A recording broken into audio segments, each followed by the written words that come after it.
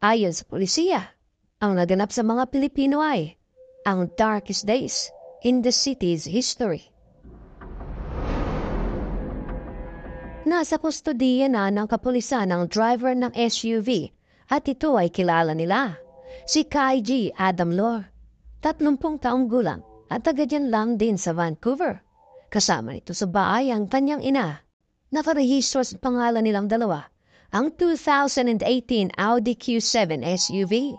Marami ang naguguluhan kung bakit ito ginawa ng isang tila normal na lalaki, ang walang saysay na pagpatay sa mga inosenteng Pilipino.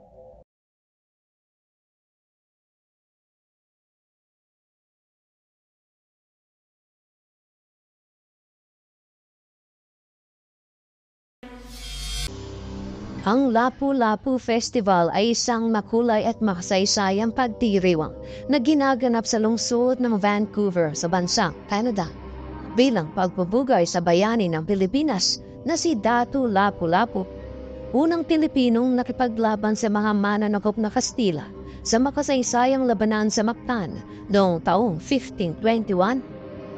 Sa pamamagitan ng piyestang ito, pinapahalagahan at ginugunita ng buong Filipino community doon ang mayamang kultura ng lahi.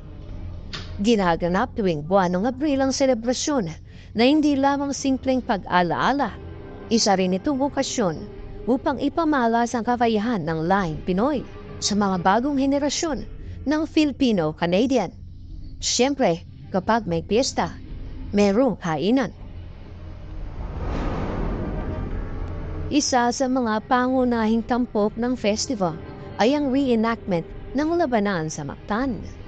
Dito nagsusuot ng makasaysayang damit ang mga kalahok at muling inaarte ang pagtatanggol ni Lapu-Lapu sa pananalakay ni Ferdinand Magellan. Bukod sa reenactment, may mga parada rin na nagtatampok ng makukulay na kasuotan, magarang sayaw at napaaliw na musika. Hindi mawawala ang mga pagtatanghal ng mga katutubong sayaw. Meron ding mga paligsahan sa sining, pagkanta at pagtula para sa lahat ng edad. Sa mga food stalls naman, mabibili ang iba't ibang pagkain Pinoy gaya ng adobo, sinigang, halo-halo at lechon. Kahit hanggang alas 8 lamang ang pagdiriwang, sa mga oras na ito ilandan pa rin ang nandoon. Yung iba ay nagliligpit ng kanilang food truck kahit dinudumog pa rin ang gabi. Ilang minuto paglipas ng alas 8, isang itim na SUV mula sa kalsada ng East 43rd Avenue ang pumasok sa pinagpepiestahan at humarurot sa gitna ng mga naglalakad.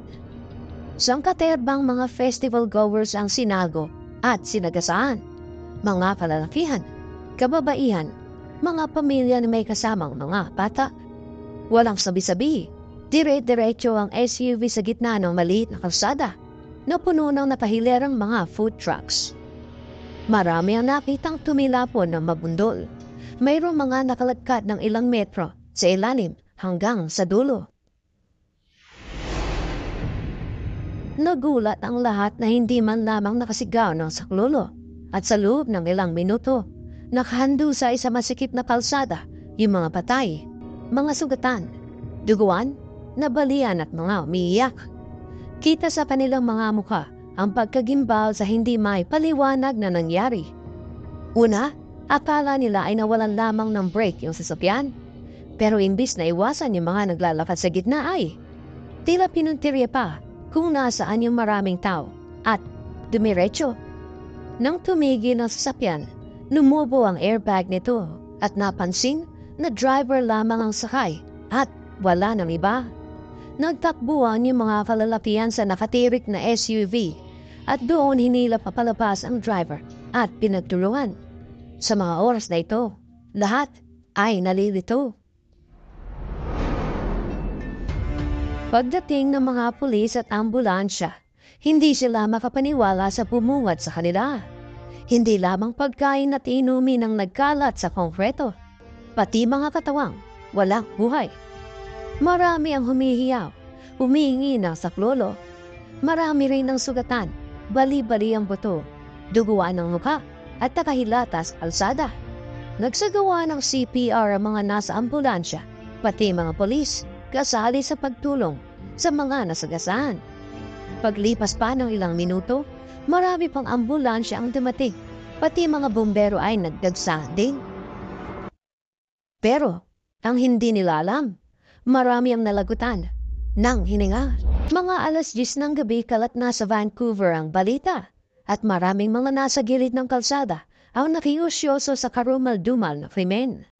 Ilang kalsada ang sapop ng piyesta mula sa East 41st Avenue papuntang East 42nd, East 43rd hanggang sa East 49th at lahat ay ipinasara ng Vancouver Police Department habang maraming mata ang nagmamasid. Hindi masigurado ng mga nakatanaw kung ano talaga ang nangyari hanggang sa sumunod na umaga ng Linggo. Doon lamang lumabas ang detalye ng balita at nagpahayag si Interim Chief Constable Steve Ray. Ayon sa polisiya, ang naganap sa mga Pilipino ay ang darkest days in the city's history. Nasa kustodiya na ng kapulisan ang driver ng SUV at ito ay kilala nila, si Kai G. Adam Lor, 30 taong gulang at taga dyan lang din sa Vancouver. Kasama nito sa bahay ang kanyang ina.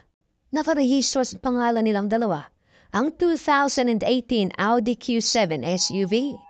Marami ang naguguluhan kung bakit ito ginawa ng isang tila normal na lalaki, ang walang saysay na pagpatay sa mga inosenteng Pilipino.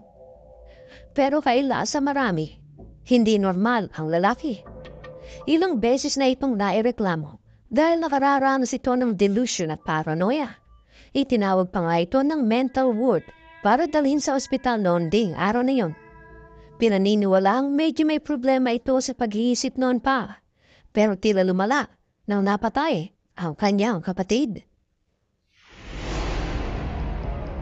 Ang delusion ay matibay na paniniwala sa isang bagay na hindi totoo, pero kapit ko pa rin kahit na may ebidensyang ito ay mali. Madalas na sintomas ng mga sakit sa pag-iisip gaya ng schizophrenia, bipolar o matinding depresyon. Ganon din halos ang paranoia. Hindi naman siya sakit sa pag-iisip, pero pwede siyang senyalis din ng ibang problema sa mental health. Normal lang na minsan ay makaramdam tayo ng ganyan, pero ang delusion at paranoia ni Adam ay malubha.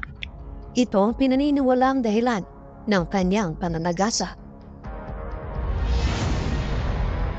Noong nakaraang taon, nagsulong si Adam ng isang fundraising page pang gasto sa libing ng kanyang kapatid na si Alexander. Sabi ng lalaki sa page niya, sinabi pa ni Adam na dahil sa pagpatay sa kanyang kapatid, biglang nagbago ang lahat. Kahit madalas silang hindi nagkapasundo, lubusan siyang nasaktan noong nabalita nilang magina na natagpuan ng bangkay ni Alexander Lo doon sa isang bahay malapit sa Knight Street at East 33rd Avenue, bandang alauna ng madaling araw. Noong isang taon, buwan ng Enero, naganap ang pagpaslang. Naaresto ang isang Dwight William Key Match sa mismong bahay at kinasuhan ng lalaki ng pagpatay sa second degree. Nagpasalamat pa si Adam sa mga nag-donate ng mahigit $9,000 para sa libing na kanyang kapatid. Sa isang sulat, sinabi nito na sobrang bigat sa kalooban na hindi nabigyan ng mas mahabang oras ang kanyang kapatid. Paglipas ng ilang buwan, noong Agosto, humingi ulit ito ng tulong sa publiko pagkatapos ma-ospital ang kanyang ina dahil sinubukan itong magpakamatay nang hindi makabayad sa bahay. Ayon kay Adam, yung lungkot ng kanyang nanay ay mas mabigat pa sa lungkot na kanyang nararamdaman. Nawala na nga ang isang anak, ngayon ay muntik pa silang mawalan ng tirahan. Ayon sa mga otoridad, kumpirmado noong ika-27 ng Abril na 11 ang napatay ni Adam. May bata na 5 taong gulang at ang pinakamatanda ay mga 65 years old. Pero may posibilidad na dumami pa ang mamamatay dahil may mga kritikal ng kondisyon. Siyam na ospital ang pinagdala ng mga nasugatan at sobra pa sa isa na raang pulis ang naka-assign sa kaso ng Lapu-Lapu Festival. Ang misyon ay Masilip ng lubusan ang katinoan ng salarin at kung paano ito maagapan bago mangyaring muli ang isa na namang mass killings. Pinariingan din ng mga otoridad sa Canada ang pagtingin at paggamot sa mga may karamdaman sa pag-iisip. Ang piyesta ni Lapu-Lapu sa Vancouver ay isa sa pinakakinagigiliwang pagsasama-sama ng Filipino community doon. Pero ang masayang pagdiriwang ay nagdulot ng nakaluluhang pakikiramay. Alaalang nakatutuwa noong isang taon, ngayong 2025 ay matatabunan ng nakalulungkot na pagkakataon. Dahil sa walang saysay at walang kabuluhang karahasan, dulot ng sakit sa pag-iisip, ilang buhay ang nawala sa piyestang buhay ang pinagdiriwang. Sabi nga nila, kahit sino ka pang nilalang, ikaw ang gagawa ng sarili mo kapalaran.